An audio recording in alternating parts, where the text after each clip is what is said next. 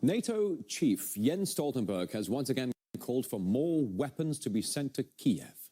He says that strengthening Ukraine's military would be, quote, the fastest way to peace.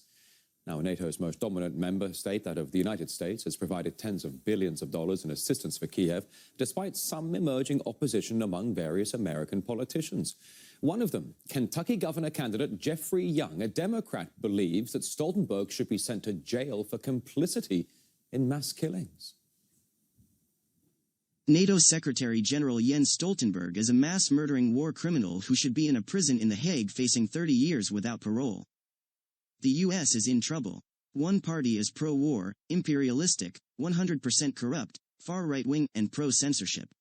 In stark contrast, the Republican Party is pro-war, imperialistic, 100% corrupt, far-right-wing, woman-hating, the abortion issue, and pro-censorship.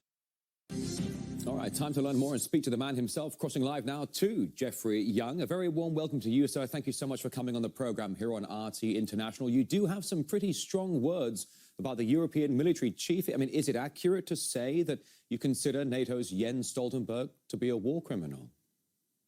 I think it is accurate. I grew up in Massachusetts and went to MIT for an undergraduate degree, where I took a couple of classes with Noam Chomsky. And that was back in 1976. And I learned at that time that every U.S. president from 1945 till the present day has been an aggressor and a war criminal. NATO is now under the direction of the United States, and Mr. Stoltenberg was chosen in order to support U.S. imperialism. So he's a war criminal too, specifically in Ukraine. Geoffrey, what do you think, though, of Stoltenberg's opinion that sending more weapons to Ukraine would be the path to peace? It's idiotic. It makes no sense at all. The fastest path to peace at this point would be for the West, United States, NATO, to stop sending anything to Ukraine except humanitarian aid for the civilians who have been displaced, not send any more weapons, any more money, and simply allow Russia to fulfill its objectives in their special military operation, which began on February 24th, 2022. Those objectives were, and still are, as far as I know, demilitarization of the Ukrainian armed forces and denazification of the country, and making sure that Ukraine never joins NATO, which is a hostile military alliance against Russia. Well, I think that's those are words well said, Mr. Geoffrey Young. I wanted to ask you, though, clearly you are a Democrat. What do you think about your party's continued support for Ukraine's military? I am saddened and disgusted by it. I think it demonstrates the power of American mainstream media corporations. This propaganda since February of 2022 until today is the worst pro-war propaganda I've ever experienced in my whole life. I'm 66 years old. So I think that my party, Democratic Party, and the Republican Party are all victims of systematic anti-Russian propaganda over a period of decades. And I blame mainly that propaganda for the way that my party members in Washington vote for continued military assistance to the puppet government in Ukraine.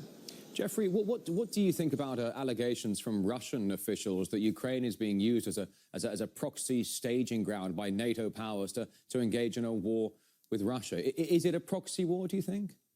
Yes, I think that's completely accurate, that accusation. And to verify that, simply look at the statements made by U.S. government officials over the years saying that, our main objective must be to weaken Russia, weaken their economy, create regime change in Moscow.